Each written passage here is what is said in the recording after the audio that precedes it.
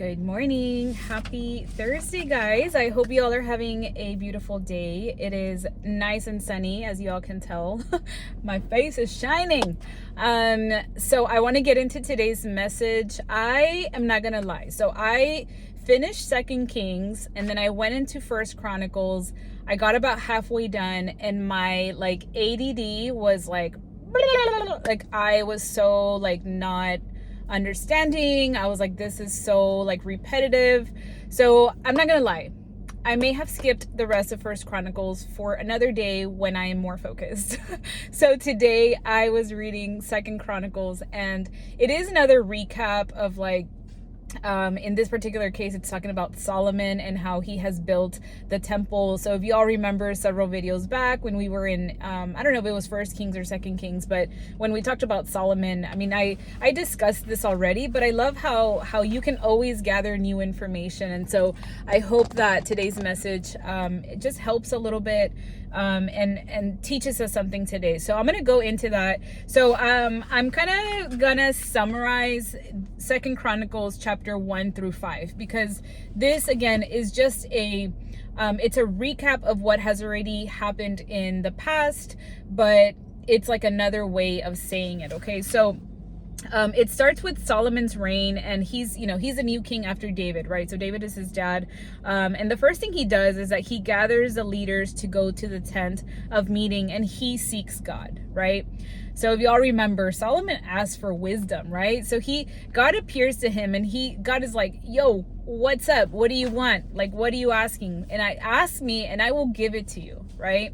So Solomon, he doesn't ask for money. He doesn't ask for fame. He doesn't ask for things. He asks for wisdom and understanding. He wants to be able to have the knowledge to be able to lead his people well, right? Because now he's king. Now he's like, oh man, I have a responsibility. How do I do this, right? So God is pleased with him. He's like, wow, your heart posture is so, he's so humble that he's asking for wisdom to be able to help others, that not only am I going to give him that, but I'm also going to give him the wealth and the riches and the honor, right? So God gives him what he asked for, but then blesses him with more, right? So what I gathered from this is that when our heart is in the right place, God can trust you with more. So if you heard yesterday's video, I kind of go again into the heart posture of why do we do the things that we're doing? Sometimes we're so ready to just do things and we're like, God, I think this is my purpose. I'm going to do it. But your heart is still very selfish. Your heart may still, your intention behind it may still be about what's in it for me, right?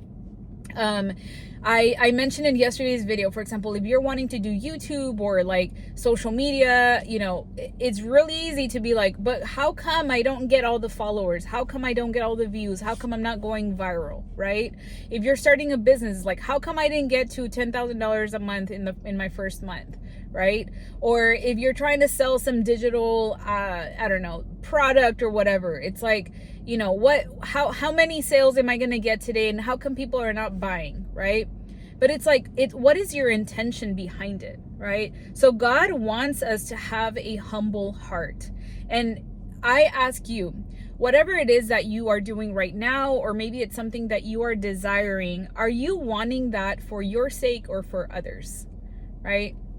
I know I have mentioned this in the past, but last year, in the beginning of the year, when I was kind of starting my walk with Christ and I was starting to read the Bible, and of course, I am naive and dumb, and I'm I know what God is calling me to do, right?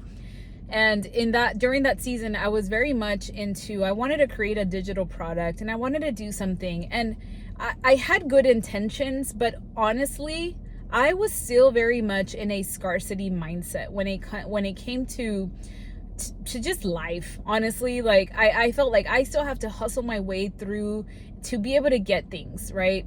And so I had created this, or I was going to create. I never actually went through with it, but I was I had a little landing page and all that stuff.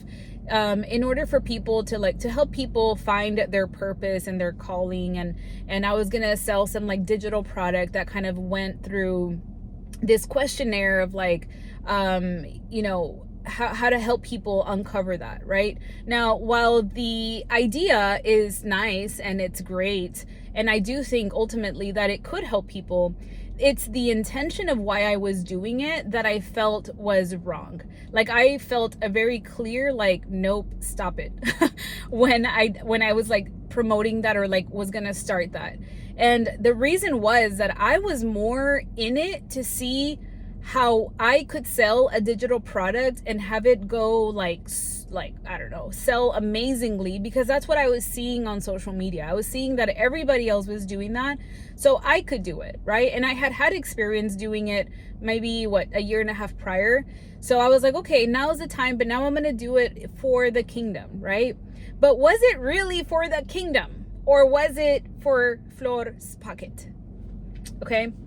So then the next part, Solomon, he starts preparing to build the temple, and he sends a message to the king of Tyre, and he's like, hey, I need some material. I need some skilled workers. Like he asked for his like best craftsmen to be able to come and build a temple that is beautiful and worthy of God's glory. It says, this must be a magnificent temple because our God is greater than all other gods, but who can really build him a worthy home? And this is what I gathered from this. Like, you should want to build everything with excellence. Like, it's not just about building anything, right? It's about what we give, how we build it, and the intention behind it. Like, there are so many things that everybody has the ability to do. Like, if you put your mind to something, you can do it, right? But what is your intention behind it? And are you giving it your all? Like, are you doing it with excellence? This may be something that you're doing right now, okay? And let me be clear that this isn't always like a tangible thing or like a business thing. This may be something like your marriage. This may be something like you being a mother. This may be something like stewarding your finances. Are you doing it with excellence? Are you stewarding well that like that thing that you're doing, that thing that you're building right now, right? Because ultimately, like, for example, I've been married for 11 years, and it hasn't been until probably the last 2 years that we really have been building that marriage to continue to grow and continue to flourish, because we have been doing it with God. Prior to that, it's not that we didn't know God. We did. But we weren't putting God in front. We were like Flor and, you know, Orlando were in the front. You know what I mean? And we kept, you know, having, you know, ups and downs all the time. And still, not that life is perfect, but we weren't building that marriage with excellence. And now I feel like we are. Like, we are such a good team that we have the same focus and the same thing in, you know, in the front of our mind. The second thing is the parenthood, right? And motherhood for me. I really, over the past 2 years, have really gotten into how to steward being a mother, right? Because I have always wanted to have kids, and when I was blessed with children, I loved it. I loved having my boys and stuff, but and my daughter. But as I got really busy with life and work and all of this stuff, like, I could see that I was leaving some of that stuff behind. And I would get home and give them my scraps. I was like, I am just so tired. I want to go to bed and like whatever. Like, I, of course, still fed them, still bathed them, still did the things that I was supposed to do. But I didn't do it with excellence, right? I had to have that conviction of like, Flor, how are you showing up as a mother every day? God has given you this gift. How are you stewarding that well? And the first thing that I asked the Lord to help me with is patience. And guess what God does when you ask for patience? He gives you every opportunity to work at it, okay? And I have seen the fruit of all of that, of the work that God has done in my heart, because I am just not the snappy girl that I was before. Like, I am so much more gentle with them. I'm able to keep my cool, like, and no, not every day is perfect, but guys, it has changed so much because I have stopped relying on my own power and strength to be able to do that. Like, there are days that I'm just having a hard day and I have to go home and be a mom. And my kids, all they want is mom. Like, they don't know and they don't care, to be honest with you, what I have going on in my day. But yet I'm still able to show up with grace and love. And it's just, again, it's about what you're doing right now, or maybe what you're trying to build, but doing it with excellence. So stop rushing, stop trying to cut corners, and stop trying to do things half-heartedly and expecting like everything to be awesome. Okay. And then in the last or in chapter 3 and chapter 4, the temple construction basically is like beginning, and it goes into detail of all of the gold and the intricate details and the measurements and the decorations. Reminds me of the previous books where they kind of go into all this detail about how big it was, and the what do you call it, the bins, the water bins that were outside, and all of the details. Like, it's very elaborate, right? And this just reminds me that God is in every detail. Like, he is in the details. He is a God of intention. He is a God of beauty, and he is a God of order.